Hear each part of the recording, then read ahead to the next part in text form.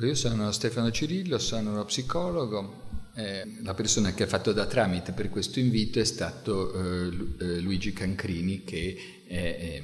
il supervisore della vostra equipe terapeutica, psicologica, educativa, e che è un mio amico da moltissimi anni. Il suo ultimo libro, Le infanzie dei bambini infelici, è un libro che io ho amato moltissimo, ho avuto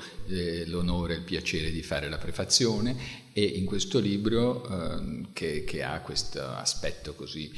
accattivante, perché i casi sono casi che sono seguiti in tanti contesti diversi, sono casi di studio, sono casi di ospedale psichiatrico giudiziario, sono casi di tribunale, nelle aule del tribunale. Ce ne sono alcuni che sono invece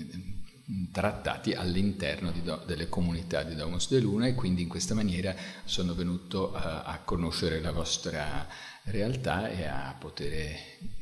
godere di questo vostro invito. Quello che ho imparato negli anni è che nessuna persona accetta di essere giudicata un cattivo genitore, di essere giudicato un genitore maltrattante.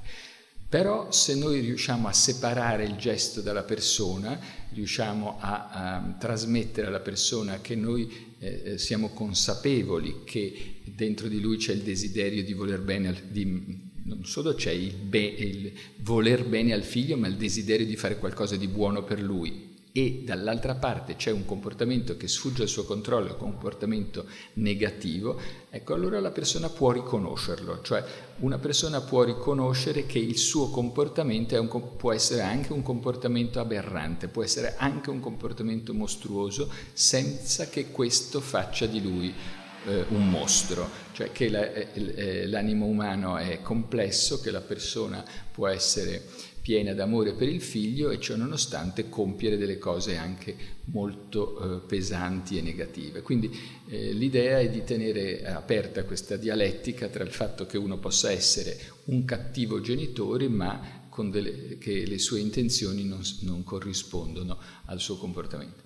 Se quindi esistano o no dei genitori buoni, questo è chiaro che è un quesito che ci poniamo sempre, perché è chiaro che noi non dobbiamo adattare il genitore a delle norme astratte, non è che dobbiamo farli diventare tutti uguali, noi dobbiamo fare in modo che il comportamento dannoso si interrompa e che venga sostituito da comportamenti sufficientemente buoni. Il sentire comune tende a contrapporre l'occuparsi del bambino e l'occuparsi dei genitori, come se si dovesse fare una scelta: è meglio occuparsi di proteggere i bambini o è meglio cercare di cambiare i genitori? Io penso che dal punto di vista teorico noi non ci stiamo occupando di interessi contrapposti, non siamo come dei giudici che devono definire in sede di una separazione conflittuale se è meglio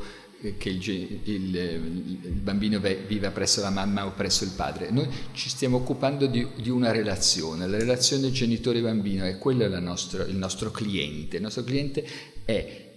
il tentativo di preservare il più possibile la relazione del bambino con un genitore, purché questo genitore sia sufficientemente buono. Che tipo di genitore sono io? Beh, intanto sono un genitore che ormai sono un nonno, nel senso che i figli sono diventati adulti e sono andati per la loro strada. Forse, diciamo, dal punto di vista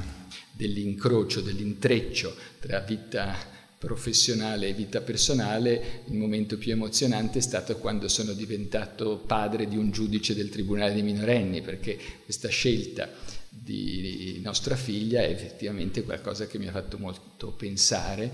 che appunto qualche cosa di quello che si è portato a casa, che si è discusso a casa tante volte, aveva lasciato una traccia.